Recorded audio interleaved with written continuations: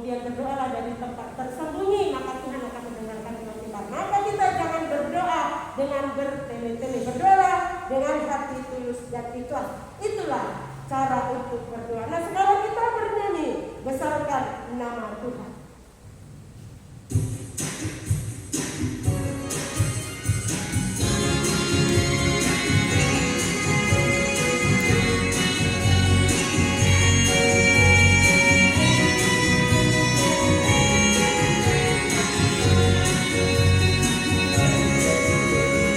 Besarkan nama Tuhan, pujilah Dia.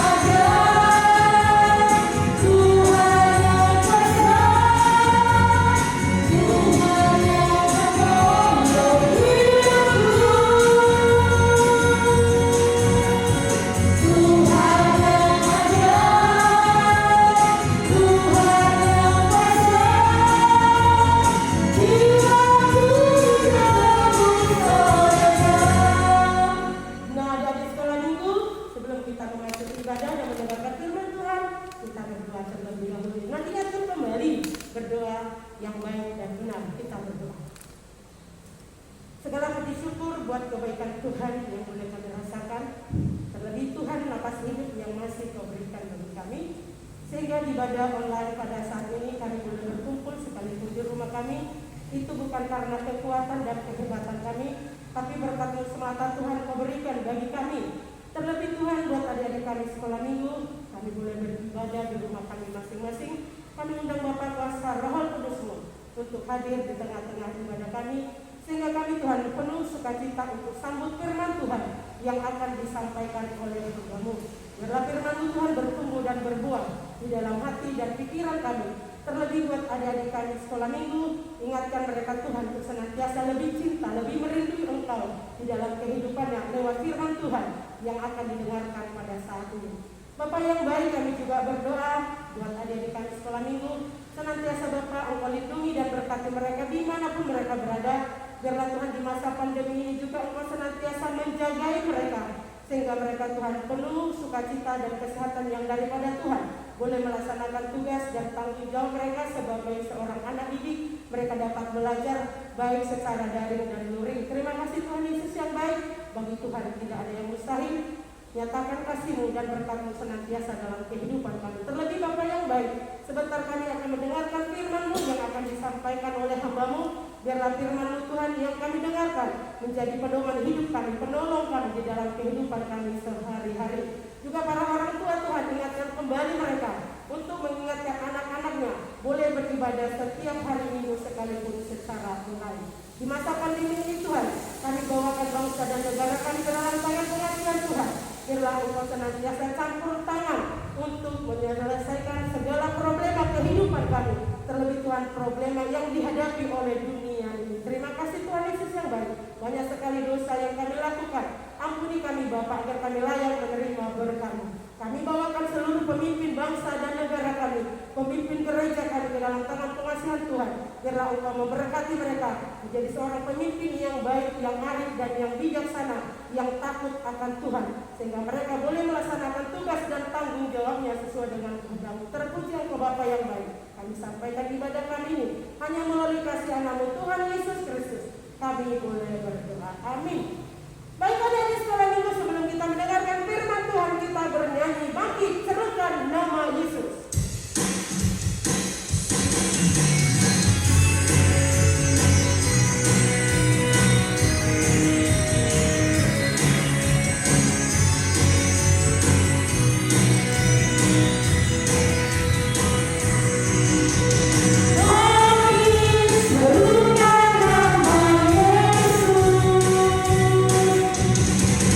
Maju,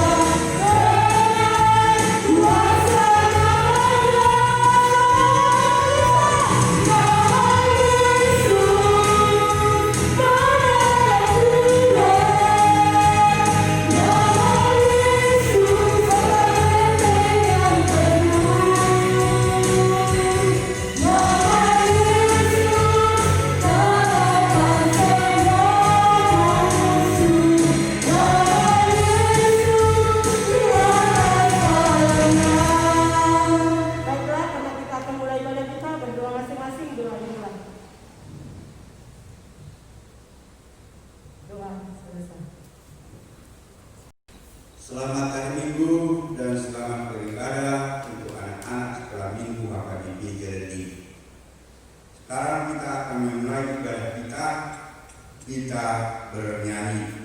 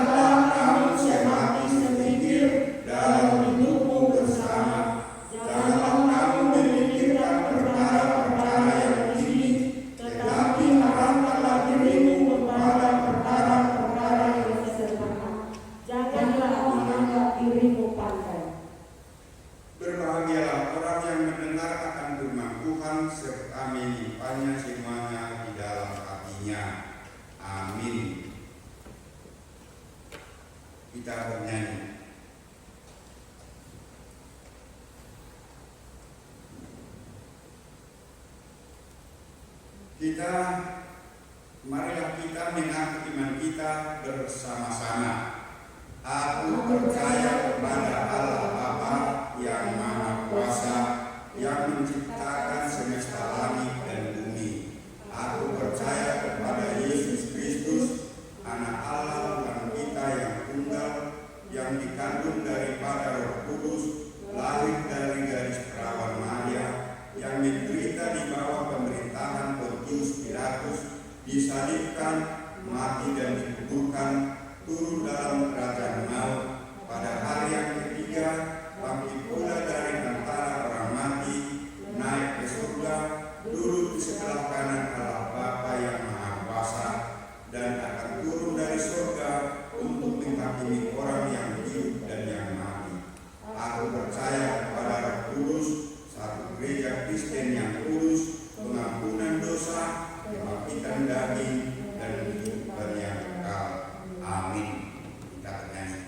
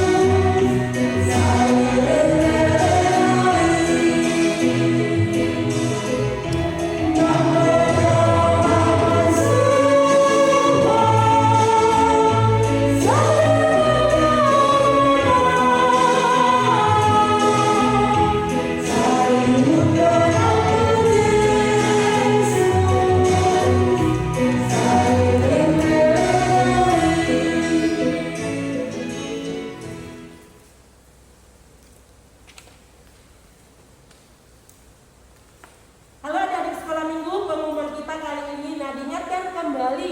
Yang pertama, tetap jaga kebersihan, tetap cuci tangan, tetap memakai masker apabila kita keluar. Jangan lupa, pandemi 19 belum berakhir. Itu yang pertama. Yang kedua, sekalipun pesta perayaan sudah selesai, tetapi semangat kita janganlah pudar. Natal sudah diambang pintu, ini sudah bulan 10, sudah mau berakhir. 11, 12, 1,5 bulan lagi persiapan kita. Nah, untuk tahun 2020 ini Natal gabungan akan diadakan dari Mangan, Ismarata dan Jalan Tili, dan akan dilaksanakan di gereja kita ini. Oleh karena itu, persiapkan dirimu untuk mengikuti Natal. Daftarkan dirimu kepada guru-guru sekolah minggu atau melalui virtual sektor. Nanti akan dibagi liturginya, diantarkan ke sektor masing-masing melalui situa atau melalui guru-guru sekolah minggu.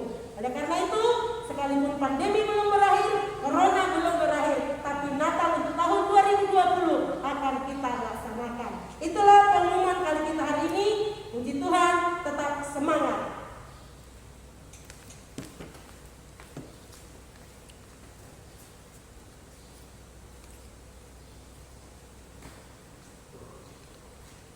Kita bernyanyi.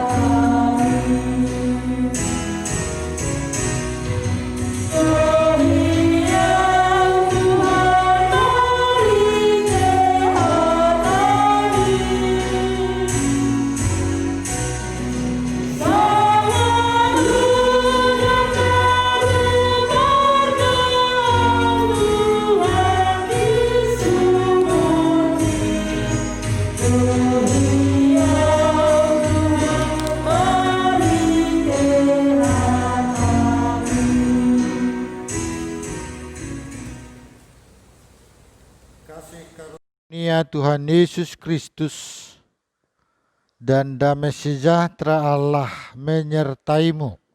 Amin. Cerita Alkitab untuk kita renungkan, pahami, tertulis di dalam Galatia pasal 4 ayat yang ke-22. Saya baca. bukankah ada tertulis bahwa Abraham mempunyai 2 anak, seorang dari perempuan yang menjadi hambanya dan seorang dari perempuan yang merdeka? Halo adik-adik. Halo. Ya, Natal udah dekat. Halo. Terlagi beli baju baru kan? Baju sepatu baru, liturgi yang baru, dan wajah yang baru ya.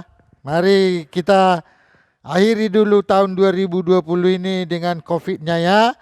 Tapi mari masuki cerita Alkitab kita yang tertulis pada Galatia 4 ayat yang ke-22. Tadi kita telah mendengar ada tertulis, itu katanya ya, dalam ayat 22. Bahwa Abraham mempunyai 2 anak. Nah ini tanda tanya dalam Alkitab kita. Bukan kalimat berita, tapi ini adalah kalimat tanya. Nah, saya baca ya, memahami Alkitab itu tidak sembarangan, bukan asal dibaca terus tahu artinya, bukan, harus berdoa, minta penuntun dari Roh ya. Saya baca, bukankah ada tertulis, kan bukankah itu pertanyaan kan, bahwa Abraham mempunyai 2 anak, seorang dari perempuan yang menjadi hambanya dan dari perempuan yang merdeka? Itu pertanyaan di dalam konteks Paulus hari ini. Paulus menekankan bahwa manusia ini terdiri dari 2 sumber. Nah, yang 2 sumber inilah yang memampukan kita untuk merayakan Natal nanti ya.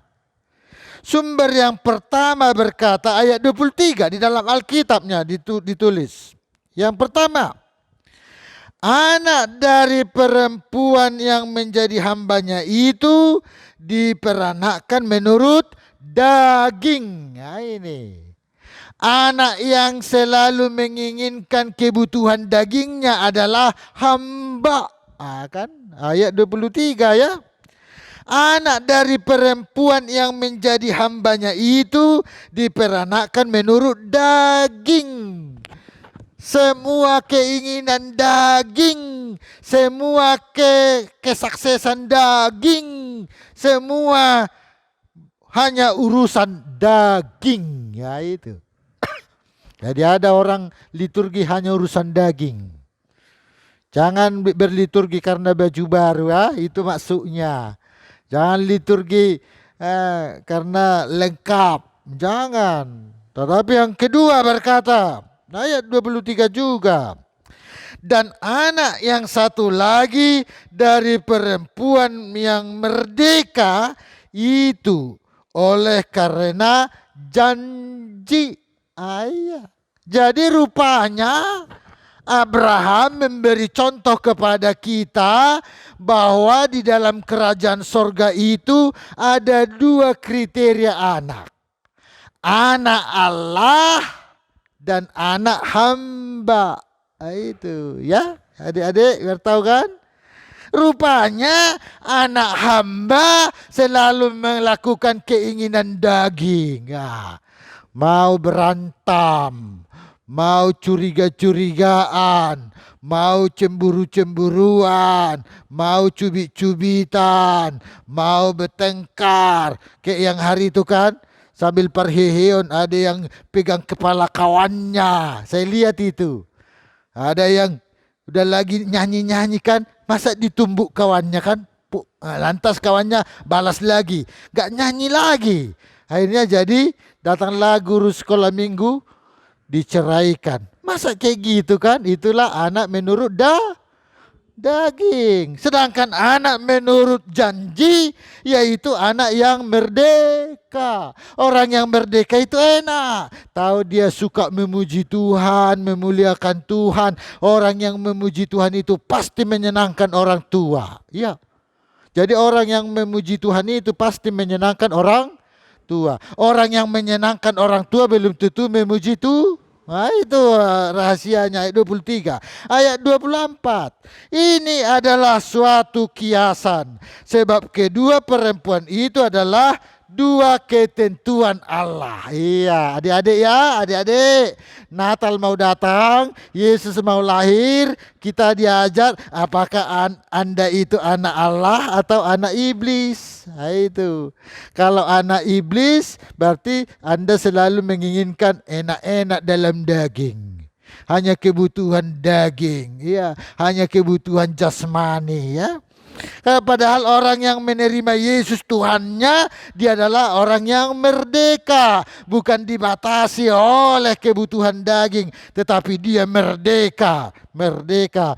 Merdeka. Saya baca ayat 24-nya ya. Sebab kedua perempuan itu adalah dua ketentuan Allah. Yang satu berasal dari Gunung Sinai, yang melahirkan anak-anak hamba. Oh, pantasan rupanya.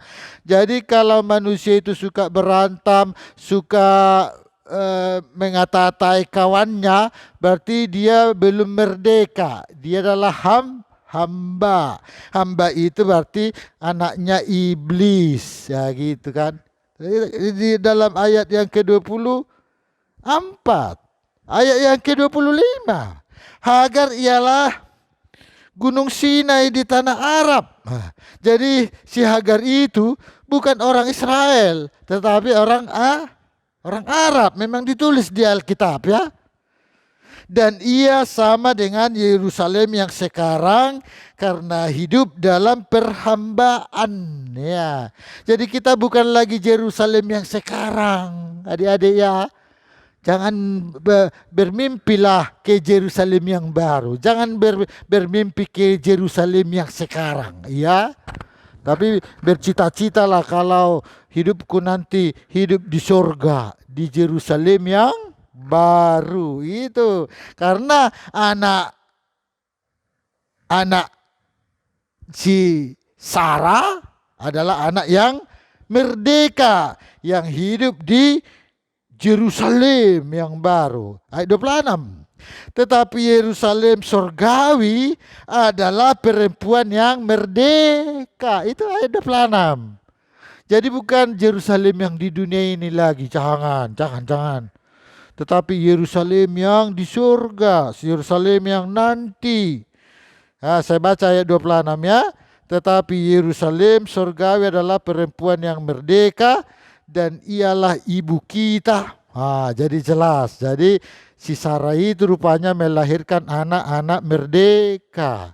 Sehingga anak Abraham sebenarnya hanya Ishak. Karena dia yang merdeka. Saya baca ayat 28 ya. Ayat 28. Dan kamu saudara-saudara, kamu sama seperti Ishak, adalah anak-anak janji. Ayat 29. Tetapi seperti dahulu dia yang diperanakkan menurut daging, menganiaya yang diperanakkan menurut roh, demikian juga sekarang. Ya adik-adik ya, belajarlah jadi anak Tuhan ya. Anak Tuhan itu enak. Tuhan yang menjamin hidup kita. Jadi mengikuti perintah Tuhan itulah renungan kita hari ini, melestarikan budaya ya. Jadi Ishak gak pernah melawan orang tuanya. Pada suatu hari Abraham disuruh Tuhan mempersembahkan anaknya. Padahal anaknya si Ishak itu yang membawa kayu yang mau dibakar kan. Bukan berkata si Ishak, mana kambingnya? Entah akunya yang mau kau bunuh kan, bukan kan? Tapi ayo, kata ayahnya, ayo. Dia tidak mau bertanya. Sampai di atas gunung dia bertanya, mana kambingnya? Bapak, katanya. Datang bapaknya bilang, Tuhan menyediakan kebutuhan Tuhan kan itu. Lantas anaknya diikat. Wah, bukan dia melawan. Sebenarnya umurnya si Abraham sudah tua. Sudah jompo hari itu. Tapi secara tenaga si Ishak ada. Tapi dia tidak mau melawan ayahnya. Itu rahasianya ya. Dia turut kepada ayahnya. Dia diikat, dimasukkan lagi ke tempat pembakaran itu. Dia tidak melawan. Itulah rahasianya. Sehingga anak Tuhan adalah orang yang selalu menikmati kebahagiaan, tidak takut dalam hidupnya. Dan Tuhan pasti memberi suatu rahasia. Budayakanlah, lestarikanlah hormat kepada orang tua. Amin. Kita berdoa. Terima kasih Tuhan, kami telah dikenyangkan lewat firman-Mu, bahwa kami memahami Abraham memiliki dua karakter manusia, anak-anak daging dan anak-anak roh. Kami pada saat ini sekolah minggumu, berkumpul di rumah, berkumpul di satu tempat, memuji memuliakan nama-Mu. Tuhan memandang hati kami, menyelamatkan kami, agar kami bukan lagi anak hamba, tetapi kami adalah anak merdeka. Terima kasih Tuhan. Amin. Kita bernyanyi dan mengumpulkan persembahan.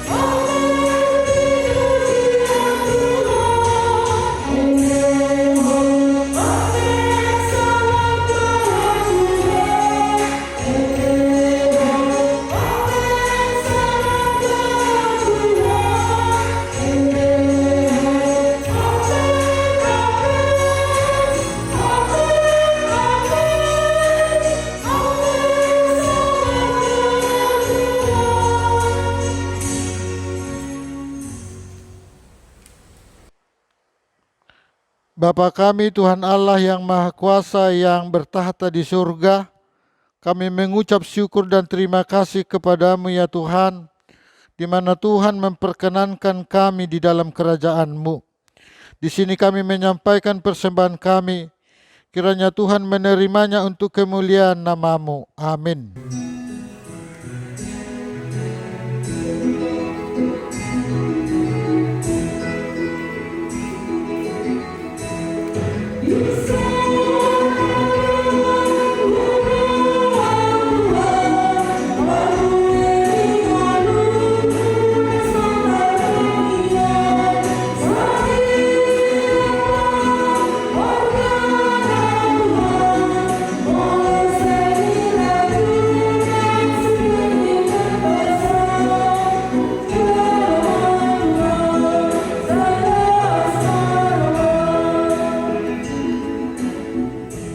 Kita sama-sama meminta di dalam doa Bapa kami. Bapa kami yang di surga, dikuduskanlah nama-Mu, datanglah kerajaan-Mu, jadilah kehendak-Mu di bumi seperti di surga. Berilah kami pada hari ini makanan kami yang secukupnya, dan ampunilah akan kesalahan kami, seperti kami mengampuni orang yang bersalah kepada kami. Dan janganlah bawa kami ke dalam pencobaan, tetapi lepaskanlah kami daripada yang jahat, karena Engkau punya kerajaan, dan kekuasaan dan kemuliaan sampai selama. Kiranya Tuhan Allah memberkatimu dan memeliharamu. Kiranya Tuhan menerangimu dengan wajahnya dan dikasihaninya lah kamu. Kiranya Tuhan menampakkan wajahnya kepadamu dan mengaruniakanmu damai sejahtera.